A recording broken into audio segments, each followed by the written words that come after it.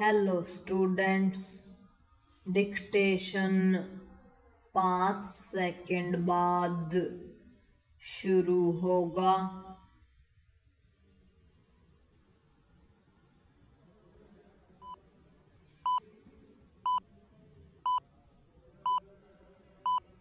Start.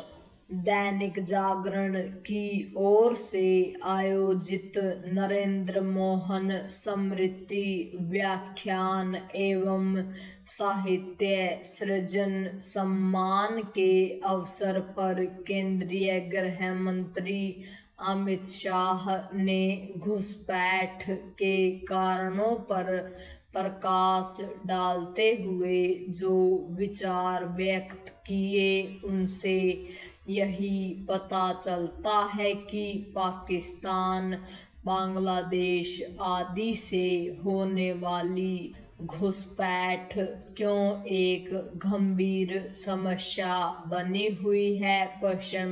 उन्होंने यह तो स्वीकार किया कि सीमाओं की सुरक्षा केंद्र सरकार की जिम्मेदारी है और इस नाते घुसपैठ रोकना उनका दायित्व है, लेकिन इसी के साथ यह प्रश्न भी किया कि आखिर घुसपैठिए जाते कहाँ हैं और उन्हें शरण कौन देता है।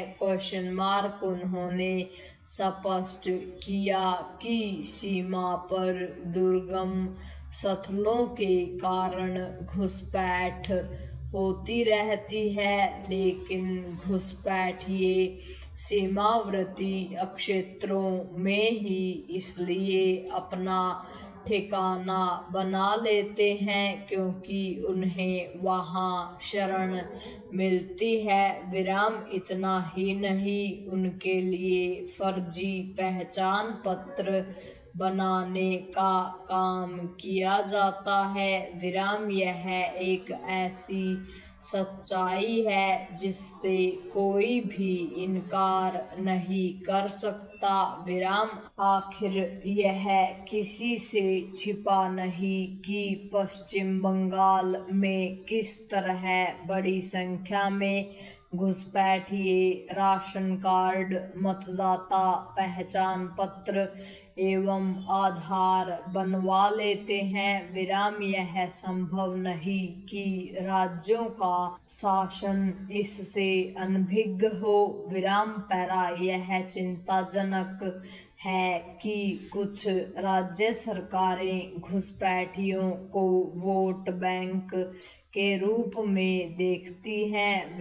यही कारण है कि बंगाल के सीमावर्ती इलाकों में किसी थाने में घुसपैठियों के खिलाफ कोई शिकायत दर्ज नहीं होती। घुसपैठियों को वोट बैंक के रूप में देखना और उन्हें शरण देना देश की सुरक्षा के साथ जानबूझकर किया जाने वाला खिलवाड़ है। घुसपैठिए शरणार्थी नहीं है। दोनों में अंतर किया जाना चाहिए। अब यह स्पष्ट है कि कुछ राज्य सरकारें घुसपैठ रोकने को लेकर गंभीर नहीं और उल्टे जब कभी घुसपैठियों को निकालने के प्रयत्न होते हैं तो वे उसके खिलाफ खड़ी हो जाती हैं।